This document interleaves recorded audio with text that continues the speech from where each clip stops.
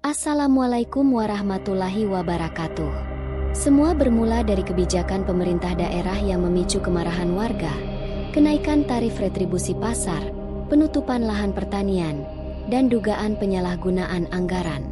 Rasa kecewa itu berubah menjadi kemarahan besar, memanggil ribuan orang dari seluruh penjuru Pati untuk turun ke jalan.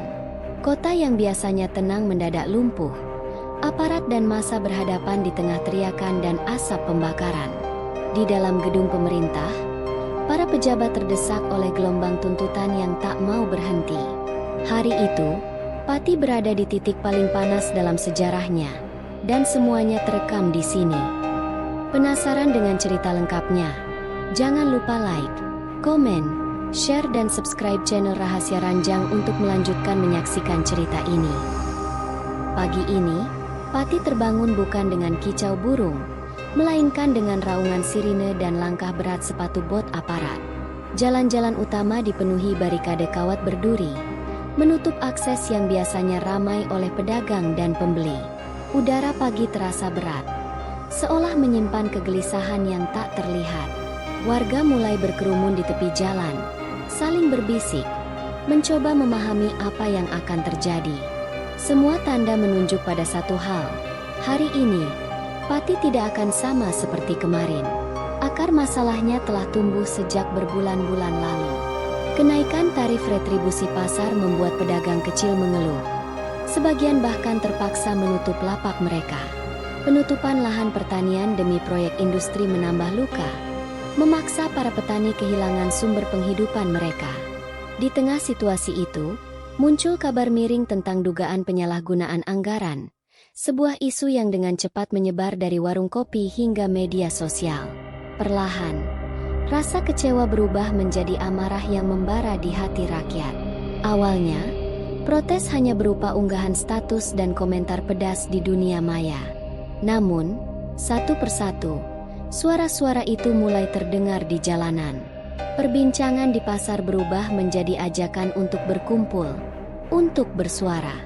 Di sudut-sudut kampung, para pemuda mulai membuat spanduk, menulis tuntutan dengan huruf besar dan tegas. Tak ada lagi yang mau hanya diam, karena diam terasa sama dengan menyerah. Ketika matahari mulai muncul dari balik awan, tanda-tanda perlawanan mulai terlihat. Sepanjang jalan, baliho dan poster tuntutan rakyat menempel di tembok-tembok. Di beberapa titik, terlihat barisan warga dengan ikat kepala merah, simbol perlawanan yang disepakati bersama. Seorang bapak tua duduk di pinggir jalan sambil memegang papan bertuliskan, "Kami lapar, bukan malas." Suara toa mulai terdengar, memanggil warga untuk berkumpul di titik-titik strategis. Gelombang besar sedang disiapkan, dan Pati menjadi panggungnya. Di udara, ada rasa tegang yang sulit dijelaskan. Seakan semua orang tahu, hari ini bukan sekadar unjuk rasa biasa.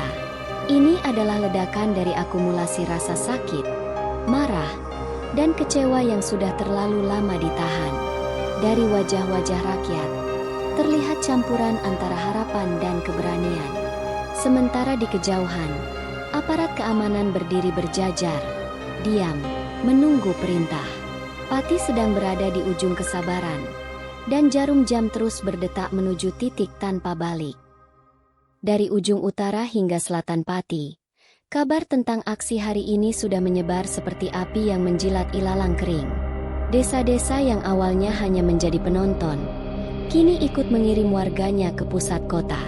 Sepeda motor beriringan, bak truk penuh massa melintas di jalanan yang seolah berubah menjadi arus tak terbendung. Di sepanjang perjalanan, teriakan dan yel-yel menggema, menambah keyakinan bahwa mereka tidak sendirian. Setiap langkah yang diambil semakin menegaskan bahwa ini bukan sekadar protes. Ini adalah pernyataan keberanian. Dari Tayu, Margorejo, hingga Juwana, wajah-wajah beragam bergabung menjadi satu lautan manusia. Ada petani dengan topi caping, buruh dengan seragam lusuh, hingga anak-anak muda yang membawa kamera untuk mengabadikan setiap detik. Mereka datang bukan untuk mencari sensasi, tetapi untuk memastikan suara mereka terdengar di telinga penguasa. Poster-poster tuntutan berkibar di udara, menampilkan kata-kata yang menusuk hati. "Kami lapar di tanah kami sendiri," terbaca jelas di salah satu spanduk yang diangkat tinggi-tinggi. Di setiap titik kumpul, orasi-orasi membakar semangat. Seorang pemuda berteriak lantang dari atas mobil bak terbuka. Suaranya pecah namun penuh keyakinan. Ia menceritakan bagaimana keluarganya kehilangan sawah akibat proyek yang tak pernah memberi ganti rugi layak. Warga yang mendengar terdiam, lalu bersorak mengamini setiap kata. Tepuk tangan dan teriakan, "Hidup rakyat!" menggema, memantul di dinding-dinding bangunan kota. Semangat itu seperti ombak, sekali mengalir, sulit dihentikan. Aparat yang berjaga di pinggir jalan mulai terlihat gelisah. Mereka tidak hanya menghadapi kerumunan yang besar, tapi juga massa yang datang dengan tekad kuat. Saling tatap terjadi. Mata rakyat yang penuh amarah beradu pandang dengan mata aparat yang penuh kewaspadaan. Perintah untuk tetap tertib terdengar dari pengeras suara polisi. Namun sebagian massa sudah mulai mendorong maju. Setiap detik terasa panjang, seperti menunggu sesuatu yang tak terelakkan. Di langit, awan kelabu perlahan berkumpul, seolah ikut merasakan tegangnya situasi. Angin membawa bau asap dari ban yang mulai dibakar di salah satu sudut kota. Suara-suara teriakan semakin tinggi, bercampur dengan bunyi peluit dan dentuman alat musik tradisional yang dipukul keras sebagai tanda perlawanan. Jalanan utama menuju alun-alun kini padat oleh ribuan manusia yang tak ingin mundur. Pati berada di titik di mana gelombang rakyat sudah terlalu besar untuk dibendung. Menjelang tengah hari, suhu ketegangan di pusat kota Pati meningkat tajam. Ribuan massa yang sebelumnya bergerak dari berbagai penjuru kini bertemu di jantung kota, membentuk lautan manusia yang tak terputus. Jalan utama di depan alun-alun lumpuh total. Tak ada kendaraan yang berani melintas. Di tengah kerumunan, bendera dan spanduk berkibar, sementara teriakan tuntutan bergema tanpa henti. Setiap detik yang berlalu membuat jarak antara rakyat dan aparat semakin dekat. Di salah satu sisi, barisan polisi berperisai berdiri rapat, memblokir jalan menuju gedung pemerintah daerah. Wajah mereka tertutup helm, namun tatapan mata yang tajam terlihat di balik kaca pelindung. Dari pengeras suara, terdengar peringatan agar massa membubarkan diri, namun teriakan, "Tolak!" menggema sebagai jawaban. Seseorang di barisan depan mengangkat megafon dan membalas dengan orasi yang menggetarkan hati. Benturan kata-kata ini menjadi tanda bahwa konfrontasi tak bisa lagi dihindari. Asap mulai terlihat di udara ketika beberapa ban dibakar di sudut alun-alun. Bau karet terbakar bercampur dengan aroma keringat dan debu yang berterbangan. Suara letusan petasan terdengar, membuat beberapa orang terlonjak kaget. Aparat mulai mengangkat tameng lebih tinggi, bersiap jika situasi memburuk. Di tengah kerumunan, seorang ibu berusaha menenangkan anaknya yang ketakutan, tapi tatapannya sendiri dipenuhi rasa cemas. Ketegangan mencapai puncak ketika barisan depan massa mendorong maju, membuat aparat terpukul mundur beberapa langkah. Teriakan semakin keras. Beberapa batu melayang ke arah tameng polisi. Balasan datang dalam bentuk semburan air dari water cannon, membasahi ratusan orang di garis terdepan. Teriakan marah berubah menjadi teriakan perlawanan.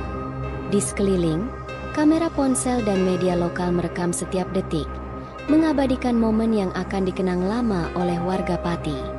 Langit yang sejak pagi mendung kini tampak semakin kelabu, seakan ikut menambah suasana mencekam. Suara sirine ambulans mulai terdengar dari kejauhan, menandakan ada korban yang harus dievakuasi. Jalan-jalan di sekitar alun-alun dipenuhi jejak banjir air campur lumpur, sisa dari semprotan water cannon dan hujan yang mulai turun rintik-rintik. Namun massa belum mau menyerah. Mereka bertahan di bawah hujan, meneriakan tuntutan dengan suara yang tak surut. Pati kini benar-benar berada di dalam pusaran api perlawanan. Di dalam gedung pemerintahan daerah, suasana tak kalah panas dibandingkan di luar. Para pejabat duduk di ruang rapat darurat. Wajah-wajah mereka dipenuhi kegelisahan. Laporan dari lapangan datang silih berganti. Massa semakin banyak, Bentrokan semakin sulit dikendalikan. Suara hujan yang memukul atap gedung bercampur dengan suara teriakan massa dari luar. Setiap menit, ketukan jarum jam terasa seperti dentang bom waktu yang siap meledak. Seorang staf berlari masuk membawa kabar terbaru. Beberapa ruas jalan menuju kota sudah dikuasai massa, membuat mobilitas aparat menjadi terbatas. Telepon dari pemerintah pusat masuk, menanyakan perkembangan situasi dengan nada yang penuh tekanan. Bupati hanya bisa menghela napas panjang. Matanya memandang kosong ke arah meja rapat. Di kepalanya, bergelut dua pilihan.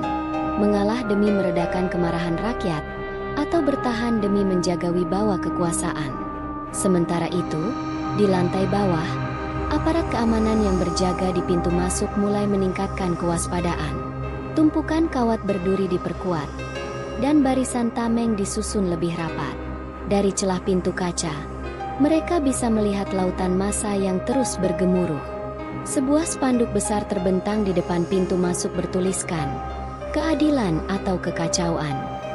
Kata-kata itu seakan menusuk jantung semua yang ada di dalam gedung. Di ruang rapat, perdebatan memanas. Ada yang bersikeras membuka dialog dengan perwakilan massa, berharap ada jalan damai. Namun, sebagian lainnya menuntut langkah tegas, membubarkan aksi dengan kekuatan penuh. Argumen-argumen saling bertabrakan, menciptakan ketegangan yang nyaris membuat ruangan itu pecah. Di luar, suara genderang perlawanan terus terdengar, mengingatkan bahwa waktu semakin menipis. Ketika hujan mulai reda, laporan terbaru masuk. Barisan depan massa berhasil mendekati pagar utama gedung. Beberapa aparat mulai terdesak mundur, membuat situasi semakin kritis.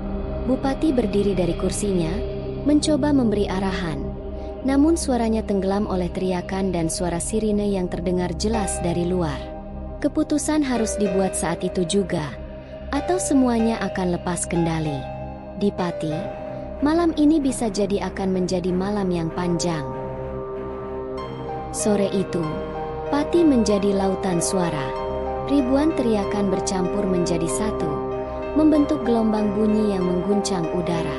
Di alun-alun, bendera-bendera tuntutan berkibar liar ditiup angin yang semakin kencang. Mata-mata penuh amarah memandang ke arah gedung pemerintah.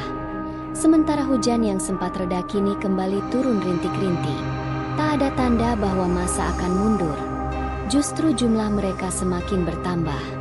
Bentrok tak lagi terhindarkan. Batu-batu melayang, gas air mata ditembakkan, dan sirine ambulans meraung tiada henti. Aparat mencoba mendorong mundur massa, namun dorongan balik dari rakyat begitu kuat.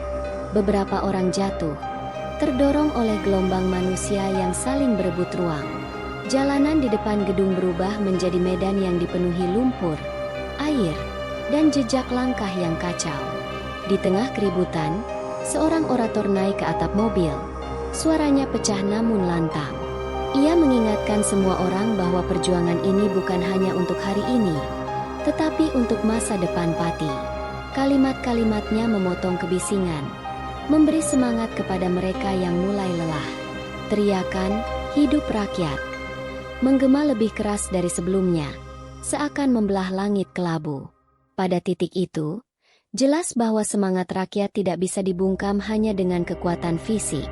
Di dalam gedung, para pejabat akhirnya keluar untuk menghadapi massa. Langkah mereka pelan, wajah mereka tegang, dan mata mereka menyapu lautan manusia di hadapan mereka. Hujan semakin deras saat mikrofon di tangan salah satu pejabat mulai mengeluarkan suara. Janji-janji untuk mendengarkan tuntutan rakyat terdengar. Namun sambutan massa penuh rasa curiga. Mereka tahu, kata-kata bisa diucapkan, tapi tindakanlah yang akan membuktikan. Malam pun turun, membawa hawa dingin yang menusuk. Lampu-lampu jalan memantulkan genangan air di sepanjang kota. Massa perlahan mundur, bukan karena kalah, tetapi karena mereka telah menunjukkan kekuatan mereka. Hari ini akan dikenang sebagai saat ketika rakyat Pati berdiri tegak menantang kekuasaan. Dan di udara, tersisa gema yang akan terus membayangi para penguasa. Kami belum selesai.